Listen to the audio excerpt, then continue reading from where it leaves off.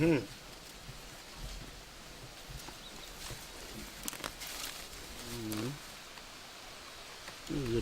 Ça. J'ai commencé déjà la production agricole depuis 2012 ici, au moment auquel je travaillais dans un projet tripartite Guinée-Afrique Sud-Vietnam. Donc j'étais avec des Vietnamiens, donc j'ai appris avec eux beaucoup de techniques nouvelles, améliorées, qui m'ont beaucoup apporté de bienfaisance. Donc je me suis dit pourquoi ne pas travailler. En même temps, quand je quitte le travail du projet, mes jours de férié ou bien libres ou bien les heures libres, je viens par là du travail parce que j'entretenais déjà des bonnes relations avec le paysan à qui appartiennent les terres ici.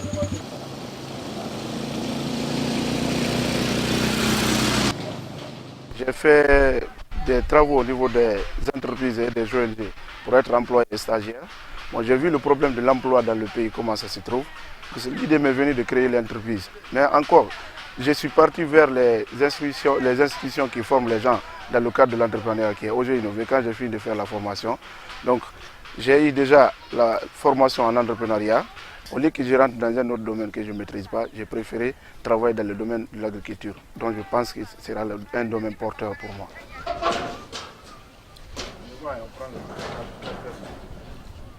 J'ai commencé cette entreprise avec 1000 mètres carrés de tomates, 5000 mètres carrés d'aubergines et le riz l'année dernière, parce que depuis l'année dernière on a envisagé le riz, mais on a fait le riz à la volée. 1 hectare. Cette année, j'ai ma vision pour cette année de faire 5000 mètres carrés d'ananas et 500 pieds. Déjà, on a mis déjà 500 pieds de bananes, mais nous voulons faire 5000 pieds de bananes. Et encore, nous avons en riz présentement un espace de terre qui est préparé déjà pour 1 hectare, dont les pépinières sont déjà mises en place. Et encore la courge, nous avons pour 4000 mètres carrés de courge.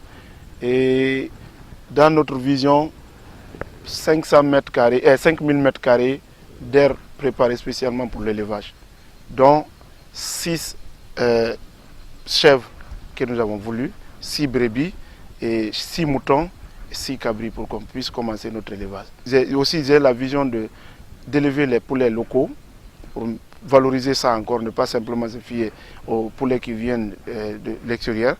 Donc j'ai envisagé encore de commencer avec 50 têtes de poulets locaux ici. Déjà 20 cm ça ici. On avait bien connu.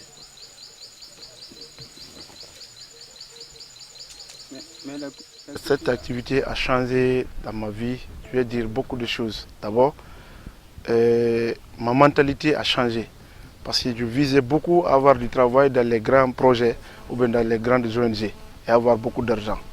Mais je me suis dit aujourd'hui que même si je n'ai pas beaucoup d'argent, mais si j'arrive à servir mon pays, ma nation, j'ai beaucoup gagné. Deuxièmement, cette activité m'a rapporté beaucoup de choses parce qu'aujourd'hui, j'ai eu beaucoup de relations, beaucoup de connaissances à travers la petite activité que je suis en train de mener. Ne serait-ce que les clients qui viennent pour payer mes produits. Troisièmement aussi, cette activité a changé beaucoup de choses sur moi. Économiquement, ma condition de vie a changé, je ne peux pas dire petit, mais ça a beaucoup changé, ma condition de vie. Là où je me trouvais avant que je commence cette activité, et aujourd'hui, il y a une très grande différence. Donc il y a eu un grand changement. Donc socialement encore, sur le plan social, la communauté là où je travaille présentement, avant mon arrivée, et aujourd'hui, le moment où il y a vraiment une très grande différence. Depuis que j'ai commencé à travailler avec M. Camara, d'abord l'ancien système qui était là, d'abord ça c'est présentement complètement supprimé. On travaille maintenant avec la nouvelle technique qui nous est apportée. D'abord, c'est ce qui est là pour tout le champ, avec toutes les cultures. Bon, en ce qui concerne maintenant pour la rentabilité, la nourriture de la famille, les besoins de la famille et les besoins sociaux, tout est récompensé avec sa collaboration pour ça. Donc on ne se plaint pas, on se contente avec notre collaboration. D'abord, la formation est là, avec le techniquement. Le rendement aussi est bien.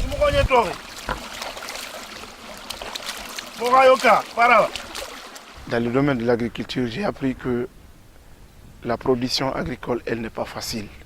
Il faut s'y mettre et avoir la croyance en ce que tu fais. Si tu n'es pas sûr de ce que tu es en train de faire, tu vas rapidement désespérer et tu vas rapidement abandonner. J'ai vu que dans l'agriculture, de la production agricole, si c'est quelqu'un qui a déjà mis l'idée dans ta tête, tu ne pourras pas travailler. Mais si c'est toi-même qui prends la décision pour pouvoir travailler, tu vas travailler. Que la production n'est pas facile. Ce n'est pas du tout facile. Il n'y a pas de facile aussi même dans la production. La partie réservée pour le riz. Le seul regret que j'ai présentement, c'est de ne pas commencer cette opération depuis longtemps, depuis ma sortie de l'école. C'est le seul regret. Parce que si j'avais commencé, aujourd'hui je n'allais pas être là où je suis présentement. J'allais commencer à atteindre déjà ma vision.